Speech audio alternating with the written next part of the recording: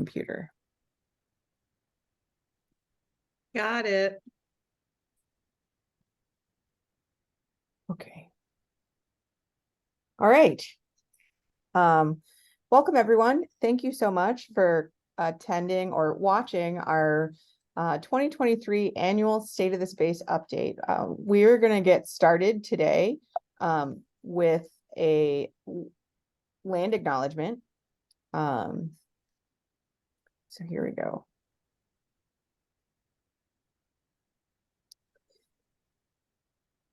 We acknowledge the Indigenous peoples past, present, and future as the rightful and traditional protectors and caretakers of their native lands in what is known today as the United States. We recognize that our digital and non-digital spaces participate in the historical, ongoing, and violent legacy of land theft initiated by white colonialist settlers who first invaded the Chesapeake region in the 17th century. Specifically, we operate on the ancestral lands of Iroquois-speaking Susquehannock people and Algonquin-speaking people of the Cedarville Band of the Piscataway-Conoy, the Piscataway Indian Nation, and the Piscataway-Conoy tribe, all of whom shared this area through their relations and whose settlers are thriving and resisting settler occupation. We also acknowledge our complicity in the historical, deliberate, and ongoing attempts by settlers and their systems of oppression to appropriate Indigenous cultures, to ignore or break treaties with sovereign native nations, and perpetrate and obfuscate racist and violent acts of political, social, and economic and ecological white supremacy. We further acknowledge the fundamental role that these colonialist acts have and continue to play in the historical and contemporary disenfranchisement, surveillance, and harm of Black Americans. Recognizing these intertwining injustices, this land acknowledgement serves as an opening to contemplate the continuing resistance to colonial indoctrination through various Indigenous and Black movements for identity, freedom, and self-determination. We further advocate for ecological, relational, and social and political restoration and healing through the return of Native and Indigenous lands to their sovereign rightful stewards. We'll get started today with some words from our Executive Director, Will Holman, about the state of the space. Great. Thank you so much, Laura. Sorry. Thank you so much, April. All right. So, welcome everyone. My name is Will Holman. I'm the Executive Director of OpenWorks. If you're here any time from around 8 in the morning to 4 in the afternoon, you might see me sitting in the little glass box in the lobby. If you haven't introduced yourself, feel free to pop your head in my office and say, hey, I always like talking to our members about their current projects. I'm going to talk about kind of 3 scales of work that we got going on this year, some to do with the space as it is, and much of it to do with the space as we'd like it to be. So first, internal to OpenWorks right now, our team has been undertaking a pretty comprehensive documentation project since last December. We kicked off cataloging standard operating procedures for every tool and tool area in the building. We have a lot of this documentation already. It's just not sort of standardized and in one place. And working with the Business Volunteers of Maryland, we have set up a wiki. Now, much like Wikipedia, this will have pages for every shop in the building, as well as like educational topics and some other things that aren't directly represented by a physical space.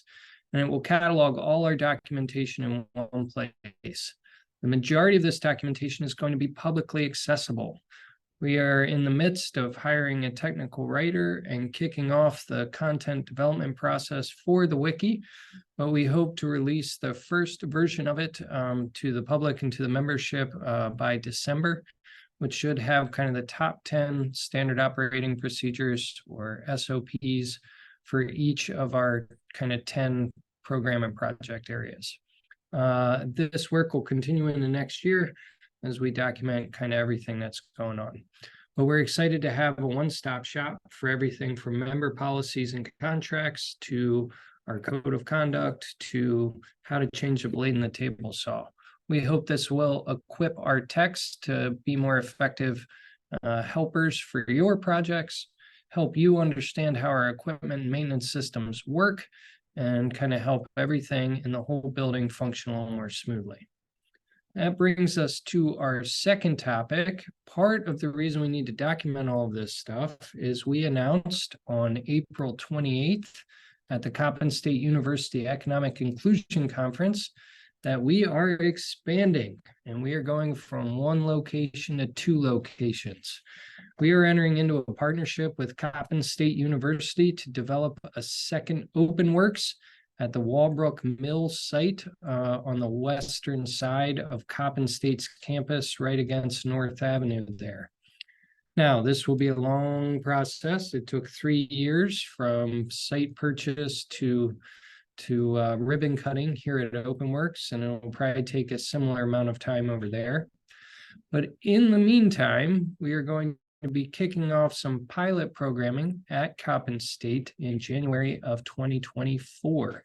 This pilot programming will be spearheaded by our current Director of Community and Culture, April Lewis, and we'll start to introduce some of our classes, some of our kind of policies, procedures, and capabilities to the Westside community, but it will also invite neighbors, Coppin students, faculty, and staff, surrounding residents, young people into the space to offer us their feedback and suggestions for programming and ideas that they would like to see in a Westside makerspace. We're tremendously excited about this opportunity.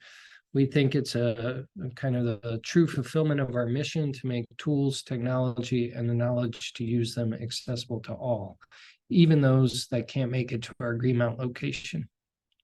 So that leads us to the third scale of activity. As many of you know, we took a leadership role in passing SB 453, the Maryland Makerspace Initiative Program, last year through the Maryland General Assembly. Now, given the way that state budgets work, the money didn't actually get appropriated until July 1st, 2023. So over the past year, we've been working with TEDCO, which is the state agency tasked with implementing the program, on designing a grant program and application process to access those funds. That grant program went live this past April, and the first grant round closed on Memorial Day. The first awards will be made at the end of July 2023. And then OpenWorks' role going forward is to organize those initial grantees into the charter members of the Maryland Makerspace Network, which is kind of our first statewide association of spaces like ours. And we hope to kind of take that initial group of folks and really start to build a truly publicly accessible network of makerspaces that stretch across the entire state. We were not involved in reviewing the grants, but we do know that 34 organizations applied, which is way more than was expected and provides kind of a strong window into the demand for maker spaces and maker resources across the state. We hope to work on some projects together that might make reciprocal access between spaces for members a reality sometime in the future, as well as shared safety, data, operational, and design standards that help make maker spaces more accessible and useful to everybody that lives in our great state. So there's a lot of exciting projects ahead. If some of these are interesting to you or something that you want to get involved in, shoot me a note at will@openworksbmore.com or give us a call at the front desk. Thanks so much. Back to you, April. Thanks so much, Will. Let me get back to our presentation here. Okay. So next up on the agenda, I will talk to you about what we've got going on coming up soon with membership.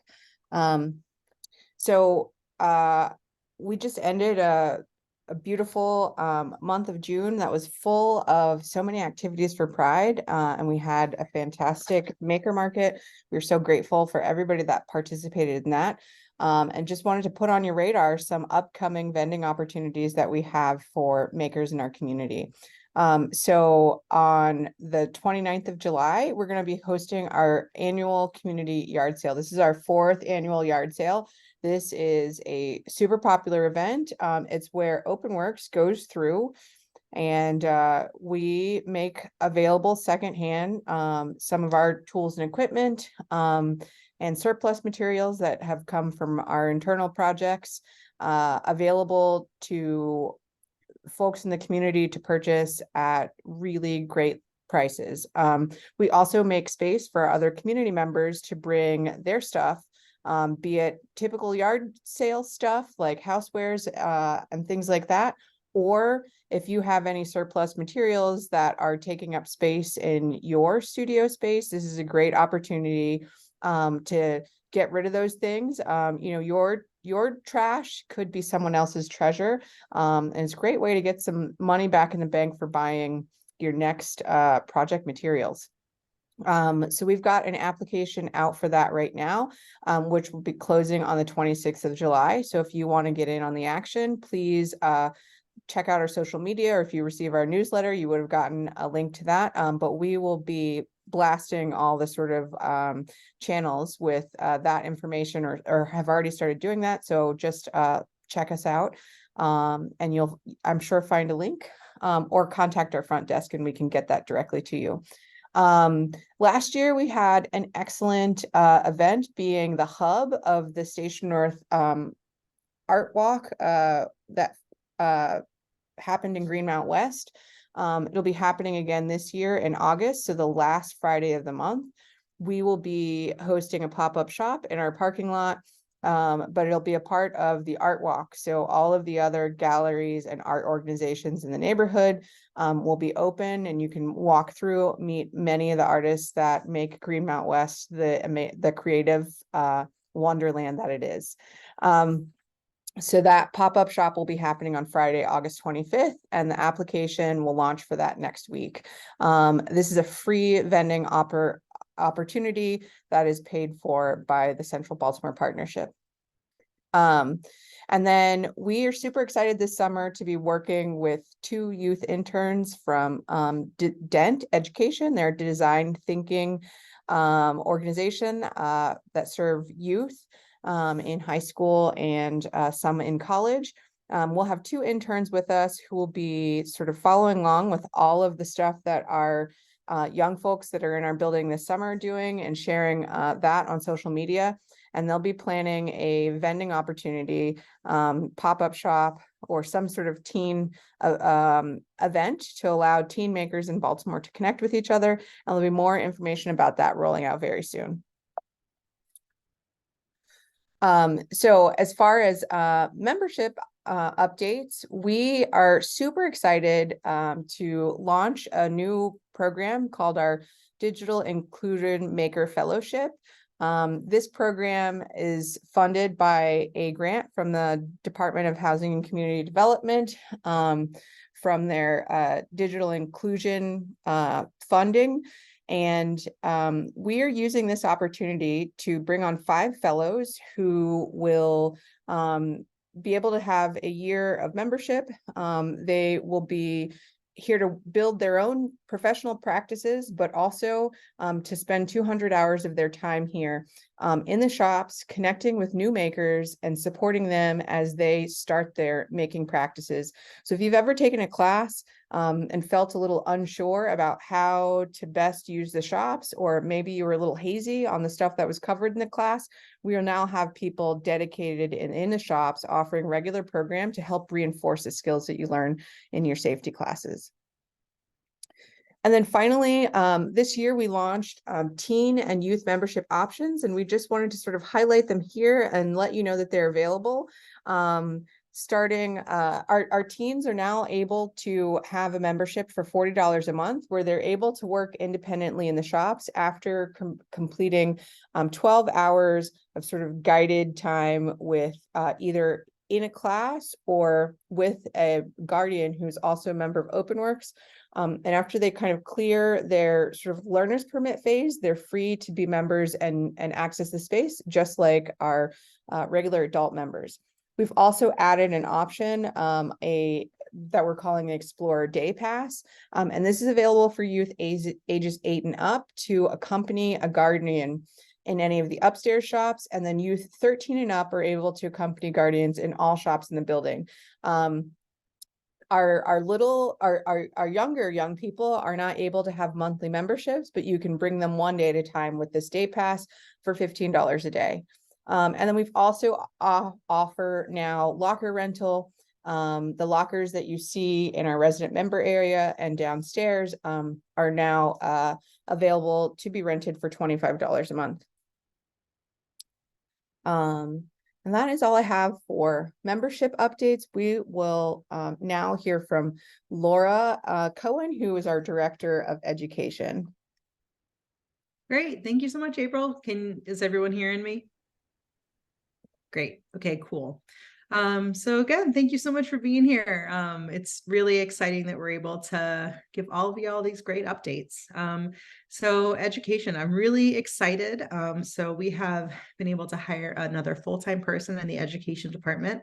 Anna Maria Economo takes on a new role as the programs manager, and we're so excited. She has run the teen program for a couple of years and now scaled up to full-time, which is great, because our programming is definitely scaled up to more than full-time. It's really exciting. This summer we have, I'm going to go back to my notes. So wrapping up the spring, we wrapped up a bi-weekly or twice a week teen maker shop. We had another teen program in partnership with Neesmith Design Group and Baltimore Design School, Baltimore City Youth Architecture and Design Program, which really ramped up some architecture skills, specifically on the software side for young people who have a focus of architecture at the local high school.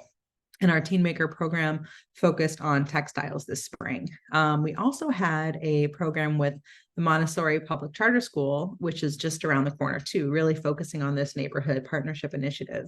And it was a STEAM program where young folks in the middle years learned different fabrication skills and design skills to create vessels to grow oyster mushrooms. So that was really fun. So one group did Tinkercad to create 3D printed vessels to grow the oyster mushrooms out of, and the other group used our portable machines and burlap that was donated from the coffee shop Black Acres to make sort of teddy bears that grew mushrooms out of them. So that was a really fun combination of programming and all of the STEAM and STEM skills.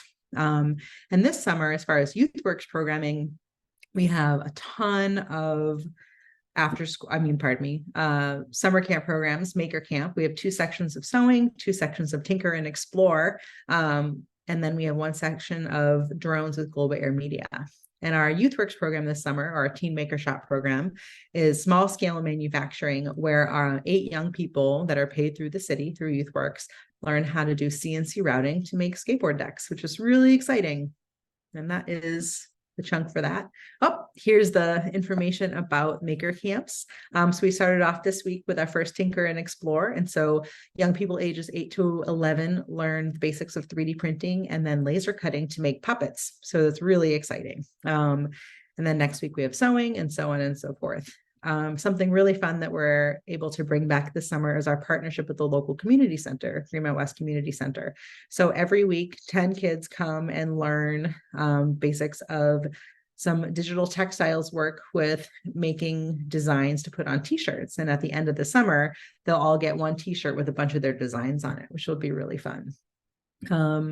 So over the spring, we have finished our cohort of our workforce development. So we had 2 sections, one in the sewn trades that was funded by Mayor's Office of Employment Development, and the other one with CAD machining, CAD and CNC machining.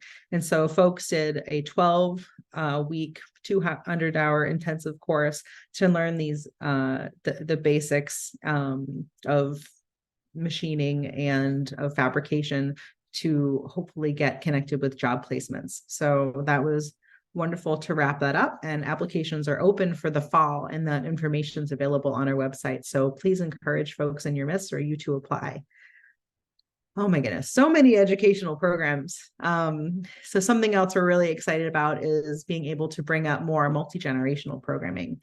So to go along with the Explorer Pass and youth membership options that April talked about in her section about membership, we started offering multi-generational tabletop sewing program so that young people and their adult can learn together. So then if you are an adult and you have a young person, if you are certified to use the textile lab, you can pay for a day pass and bring in that young person to work in the lab with you. There's a portable machine available. So that's really exciting. We also have some make together classes, back to school pouches coming up in the fall. So you can again, sew with your young person and get them ready for the fall. And then also we'll get them checked off to use the lab with you. Yeah. So educational updates for adults. We've got our routine gamut of safety classes in so many different shops to get you going. There's always a place to come back in or to advance your skills. Really exciting. We'll be able to bring CNC plasma back in the fall. We've updated the machine and we have a new instructor. So hopefully that machine will see some more use. A workshop we're really excited about. So local American great visionary artist Sam Bartsky is going to be doing a knitting workshop on July 23rd. And so he'll showcase some of his sweaters. He'll talk to you about his stories, and you'll be able to see his sweaters in person, which is really fun. And then he's also going to teach folks the basics of knitting. And so you'll get alpaca yarn and some size 8 needles. And so it'll be a really fun afternoon. And I'm sure there are more, but pictures. So here we have the young people in the architecture program. So with Neesmith Design, as well as Baltimore Design School, holding their certificates, and they finished their program. And again, they focused on Revit and architectural design. And in the middle, you have some of our young people who are enrolled in our Tinker Explore class this week for summer camp. And on the right, we have a young person using the sewing machine from our Montessori program. And here you're looking at some digital embroidery that was created by our Sewn Trades folks. And so our Sewn Trades students not only learned traditional industrial sewing techniques, but also delved into more modern fabrication doing textiles. So that is it. I'm sure there's lots more, but there's so much to get involved with no matter your age. So please give us a call or check us out. Thank you. Thanks, Laura. Yeah, sure. So I am going to hop back on here, and our shop manager, Riggs Marietta, is not able to be with us today. He's actually out of the state doing some real fun stuff in the middle of the country. So he has sent along some notes that I'm just gonna share with y'all, some things that we've got to look forward to coming in the shops.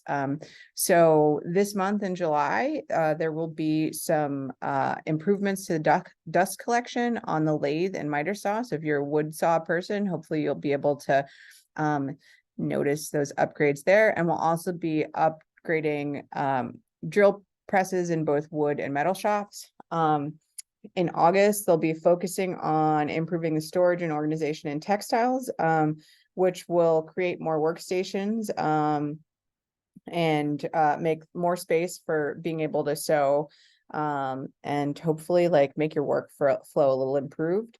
And then really exciting in 3D printing, we are going to be installing a CR40 conveyor belt 3D printer. That what this means is that you can set a machine up to print something and then walk away and it'll finish printing and then start on the next thing, and knock all your things off into a little bucket.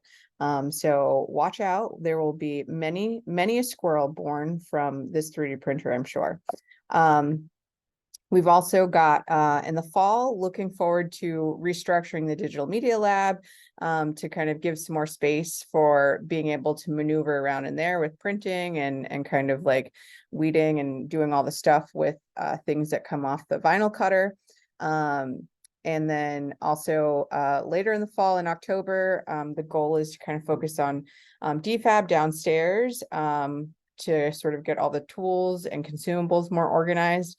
And in digital textiles, we're sort of thinking about how to, because the shop is new, how to optimize it and restructure things.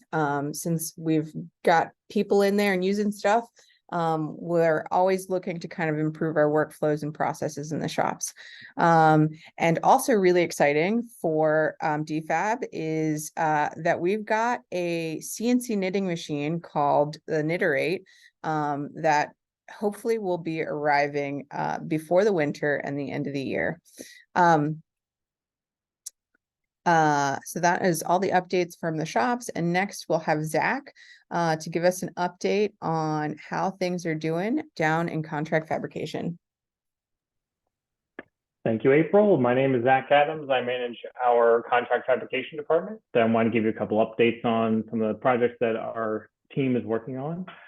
We have 6 part-time folks working on our team right now. And one of the biggest projects we've been working on recently is the first of 5 solar charging stations. There is a grant through Central Baltimore Partnership and the Baltimore City Department of Housing and Community Development that is sponsoring 5 solar charging stations that will also emit Wi-Fi into our community parks and areas around there.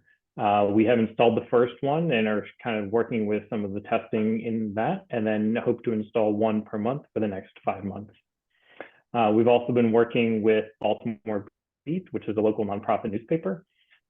We have designed and fabricated paper boxes that have a community exchange portion in them, and there are 24 of them located throughout the city and more on the way. So if you see one out in the wild, interact with it, get a free paper, add some things into the exchange program, see what you see. We'd also like to highlight our largest project to date, which is called Sycamore and Oak. This is a food hall that's opening in DC near Anacostia. And we've designed and built around 100 tables that are all outdoor ready, and people are eating on them and enjoying them as we speak. They opened about 2 weeks ago. These are some pictures of some of the Baltimore Beat paper boxes before they've gone out. And then this is a picture of a park bench or pieces of the park bench that we're working on for another separate project. And these are some of our tables at Sycamore and Oak. And I think that's most of what I got. Back to you, April. Great. Thank you so much, Zach. And thank you all for who have taken time to watch this recording on the internet and get updated with us. We really could not do any of this without your participation. OpenWorks is a community-based makerspace, and we can't do it without the community piece. So we're grateful for all of you and hope that if you have any other further questions or want to talk about any of the stuff that's been covered here or have ideas to share with us, we're always eager to listen. Our doors are always open on our offices. Just pop your head at any time or check in at the front desk to find out how best to reach us and get in contact. Thank you again for your time, and we look forward to getting back to work so we can continue to serve you. Have a great day. Thank you. Thanks, everyone.